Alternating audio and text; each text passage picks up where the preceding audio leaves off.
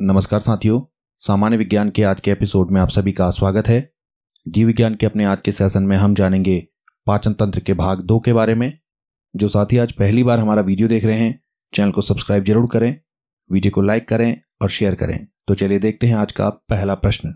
ये रहा आज का पहला प्रश्न। आहार नाल का सबसे लंबा भाग कौन सा है? देखिए, अगर आहार नाल के सबसे लंबे भाग के बारे में आपसे पूछा जा रहा है तो वो है छोटी आंत। याद रखिएगा, आहार नाल का जो सबसे लंबा भाग है वो है छोटी आंत। इस प्रकार से यहां पर को ऑप्शन बी बिल्कुल सही होगा।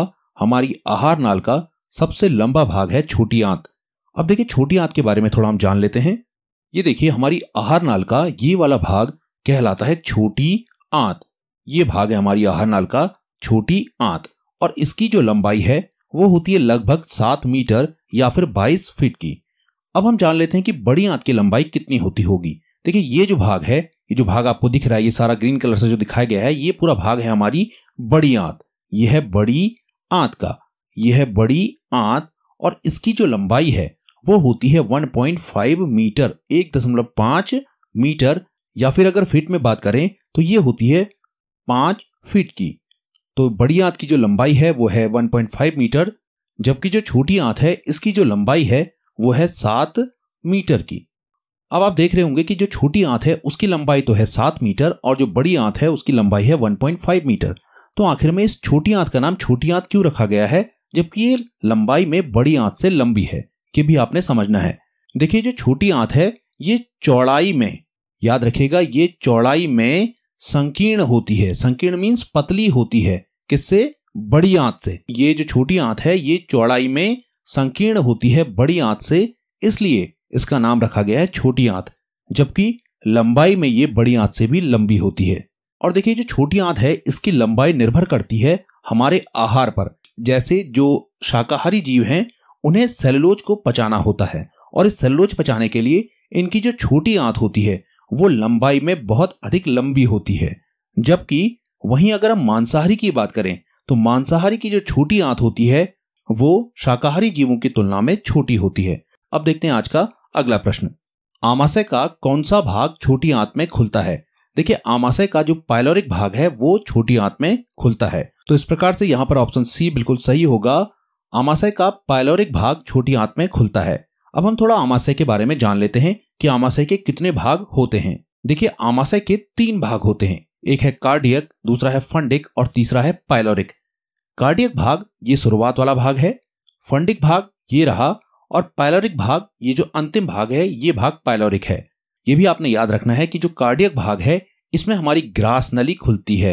तो कार्डियक भाग में खुलती है हमारी ग्रास नली, जबकि जो पाइलोरिक भाग है ये खुलता है छोटी आंत में।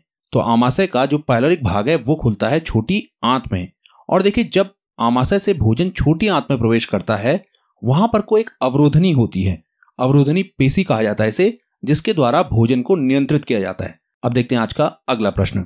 मानव शरीर में पाचन का अधिकांश भाग किस भाग में संपन्न होता है? देखिए, मानव शरीर में पाचन का जो अधिकांश भाग है वो छोटी आंत, स्मॉल इंटेस्टाइन में संपन्न होता है।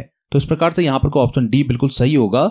मानव शरीर में पाचन का अधिकांश भाग छोटी आंत में संपन्न होता है। भोजन का लगभग 90% भाग का पाचन और अवशोषण छोटी आंत में होता है, ये आपने याद रखना है। और छोटी आंत में कार्बोहाइड्रेट, प्रोटीन तथा वसा का पूर्ण पाचन होता है, इसलिए इसे पूर्ण पाचन स्थल भी कहा जाता है। इस कार्य के लिए छोटी आंत यकृत और अग्न्याशय से श्रावण प्राप्त करती है, यह भी आपने याद रखना है। अब देखते हैं आज का अगला प्रश्न। छोटी आंत का मध्य भाग कहलाता है। देखिए, छोटी आंत का जो मध्य भाग है वो कहलाता है इलियम। तो यहां पर को ऑप्शन सी बिल्कुल सही होगा। छोटी आंत का इलियम भाग मध्य भाग कहलाता है। अब जान लेते हैं हम छोटी आंत के कौन कौन से भाग होते हैं। देखिए, जो छोटी आंत है वो 3 भागों में बांटी गई है। पहला जो भाग है वो कहलाता है ड्यूडेनम, जिसे हम हिंदी में कहें तो वो है ग्रहणी। और देखिए, जो ग्रहणी वाला भाग है वो सी आकार का होता है। देखिए, ये जो सी आकार का भाग है ये है ड्यूडेनम या फिर ग्रहणी। और जो दूसरा भाग है इसे कहा जाता है इलियम। ये जो बीच वाला भाग है ये कहलाता है इलियम या फिर मध्यांत्र। और हमारी जो छोटी आंत है इसका जो अंतिम भाग है वो कहलाता है शेषांत्र या फिर जेजुनम। तो इस प्रकार से हमारी जो छोटी आंत है वो 3 भागों में बांटी गई है। पहला ड्यूडेनम, ग्रहणी, दूसरा इलियम, मध्यांत्र और तीसरा जेजुनम। अब देखते हैं आज का अगला प्रश्न। अधिकतम पोषक तत्वों के अवशोषण के लिए छोटी आंत की भीतरी दीवारों पर होते हैं। देखिए, अधिकतम पोषक तत्वों के अवशोषण के लिए छोटी आंत की भीतरी दीवारों पर होते हैं रसांकुर। तो यहां पर को ऑप्शन ए बिल्कुल सही होगा। रसांकुर अधिकतम पोषक तत्वों के अवशोषण के लिए छोटी आंत की भीतरी दीवारों पर बनी हुई एक संरचना होती है। तो चलिए रसांकुर के बारे में थोड़ा जान लेते हैं कि किस प्रकार की रचना होती है। देखिए, जो हमारी छोटी आंत है उसकी भीतरी दीवारों पर कुछ इस प्रकार से अंगुली के जैसी रचनाएं बनी होती हैं। कुछ ऐसी अंगुली के जैसी रचनाएं बनी होती हैं। इन रचनाओं को हम कहते हैं दीर्घरोम या फिर रसांकुर। ये रसांकुर हमारे भोजन की अवशोषण सतह को बढ़ा देते हैं। अब देखते हैं आज का अगला प्रश्न। लीवर कुहन की दरारें कहां पाई जाती हैं? देखिए, जो लीवर कुहन की दरारें हैं वो पाई जाती हैं छोटी आंत में। तो यहां पर को ऑप्शन बी बिल्कुल सही होगा। छोटी आंत में लीवर कुहन की दरारें पाई जाती हैं।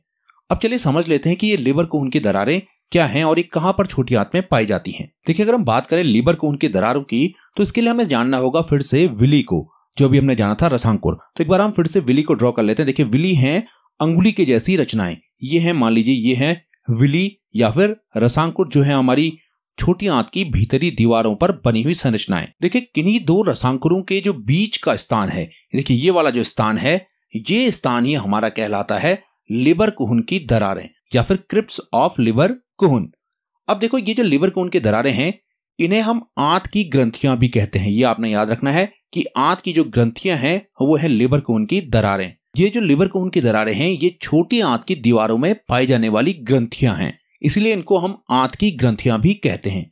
अब देखिए, जो लीवर कुहन की दरारें हैं, ये जो नाम रखा गया है, ये नाम रखा गया है एक जर्मन के एनाटॉमिस्ट थे जिनका नाम था J.N. लीवरकुहन। उनके नाम पर ही ये नाम लीवर कुहन की दरारें रखा गया है। और देखिए, जो क्रिप्ट्स ऑफ लीवर कुहन की दरारें हैं, ये जो ग्रंथियां हैं, इनके द्वारा जो निकलने वाला स्राव है इसे कहा जाता है आंत्र रस। और ये जो आंत्र रस है इसका जो माध्यम है वो होता है क्षारीय माध्यम। ये भी आपने याद रखना है।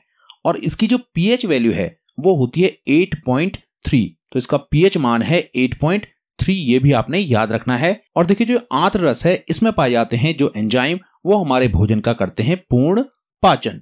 तो इसीलिए हमने भी कहा था कि जो हमारी छोटी आंत है उसे हम पूर्ण पाचक स्थल कहते हैं, क्योंकि छोटी आंत से निकलने वाले आंत्र रस में पाए जाते हैं पूर्ण पाचक एंजाइम, जिनसे हमारे भोजन का पूर्ण पाचन होता है। अब देखते हैं आज का अगला प्रश्न। पित्त रस बाइल जूस का उत्पादन कहां होता है? देखिए, पित्त रस का उत्पादन होता है यकृत में। तो यहां पर को ऑप्शन बी बिल्कुल सही होगा। यकृत में पित्त रस का उत्पादन होता है। अब अगर हम इस पित्त रस की बात करें तो देखिए, जो पित्त रस है वो निकलता है यकृत से।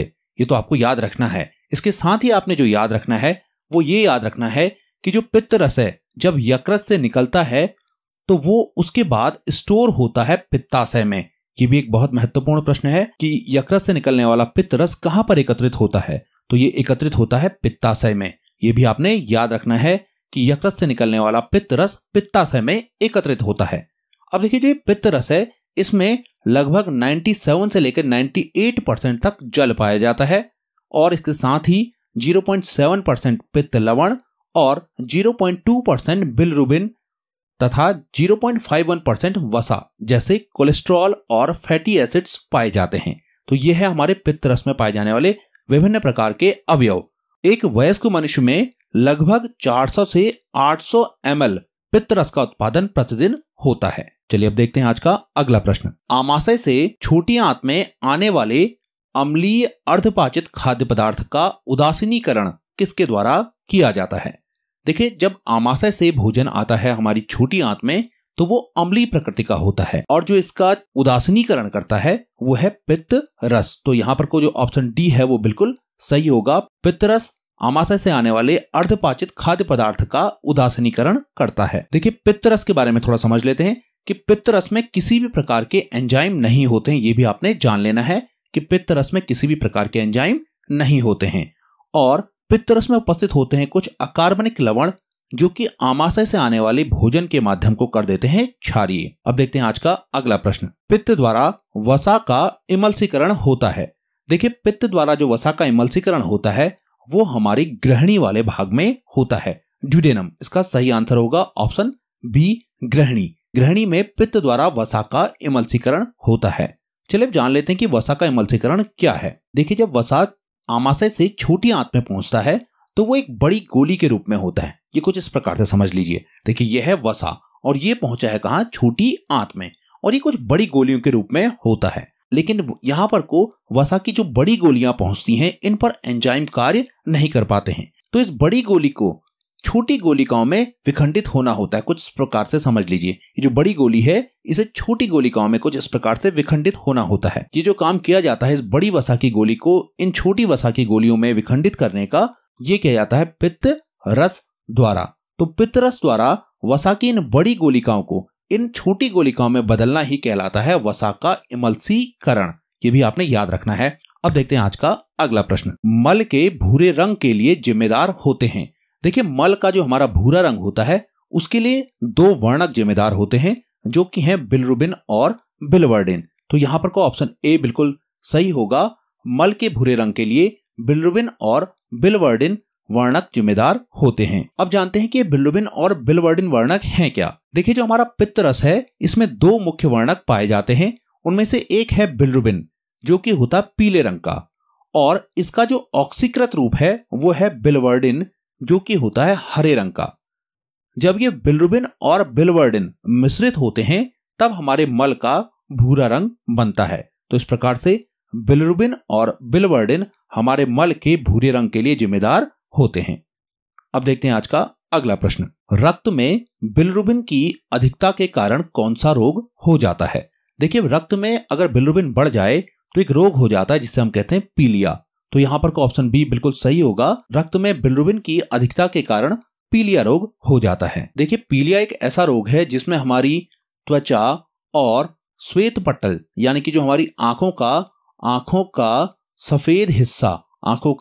सफेद हिस्सा जो है वो पीला होने लग जाता है। अब जानते हैं कि आखिर में ये पीलिया होता क्यों है। देखिए, हमारे शरीर में लाल रक्त कणिकाएं होती हैं जिन्हें हम कहते हैं आरबीसी।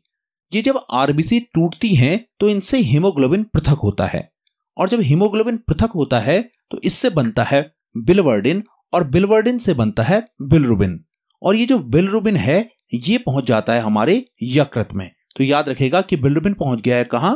यकृत में। और कब पहुंचा? जब आरबीसी विखंडित हुई।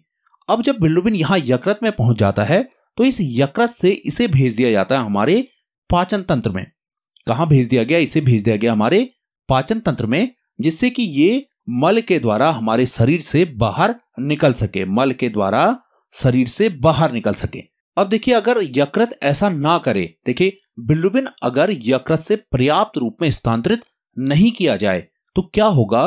तो देखिए, ये रक्त में बिलिरुबिन की मात्रा अधिक होने लग जाती है, जिससे ये त्वचा में जमा होने लग जाता है, और ये स्थिति कहलाती है पीलिया की। अब देखते हैं आज का अगला प्रश्न। चिकित्सकीय तौर पर पीलिया तब प्रकट होता है जब रक्त में बिलिरुबिन का स्तर ऊपर बढ़ जाता है।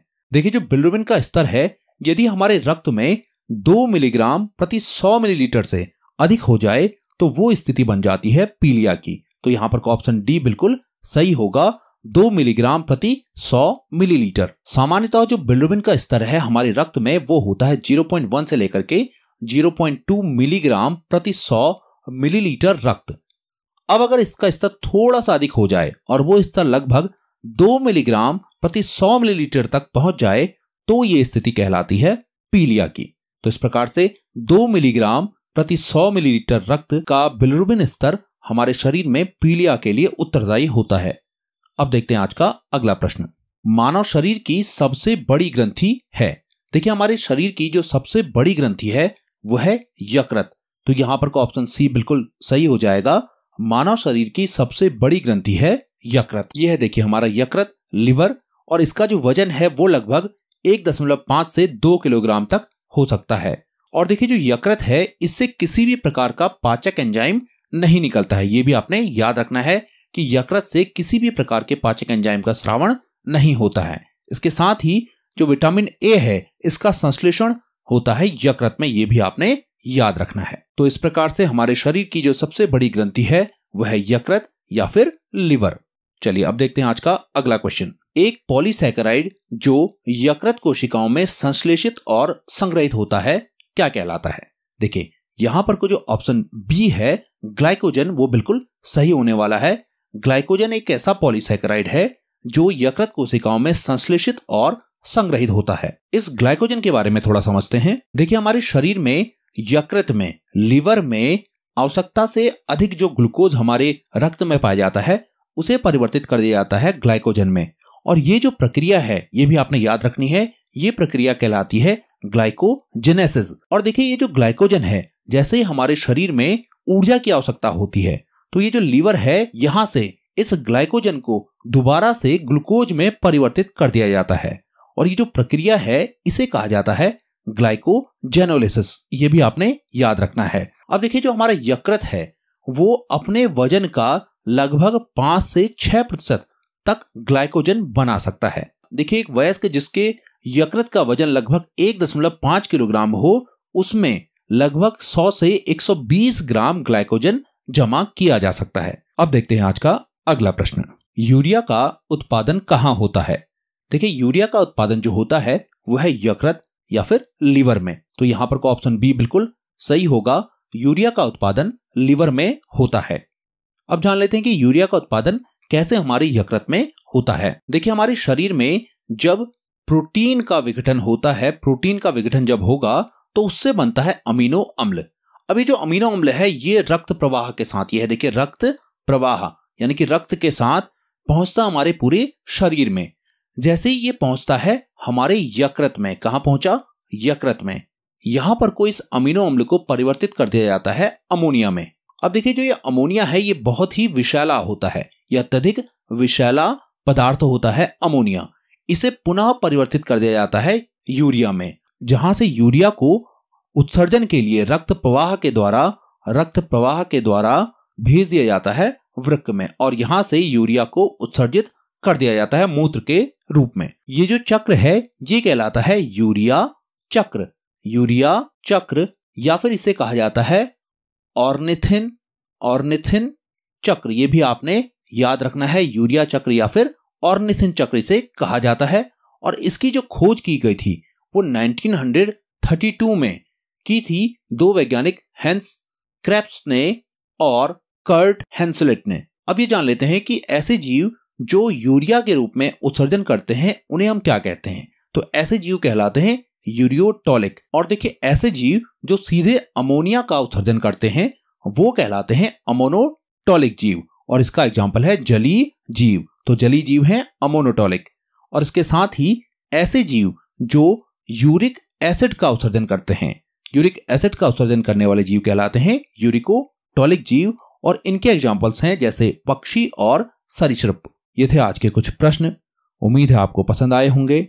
अगर आपको ये सीरीज पसंद आ रही है तो चैनल को सब्सक्राइब जरूर करें, वीडियो को लाइक करें और शेयर करें। आज के लिए इतना ही। बहुत बहुत धन्यवाद। मिलते हैं अगले एपिसोड में।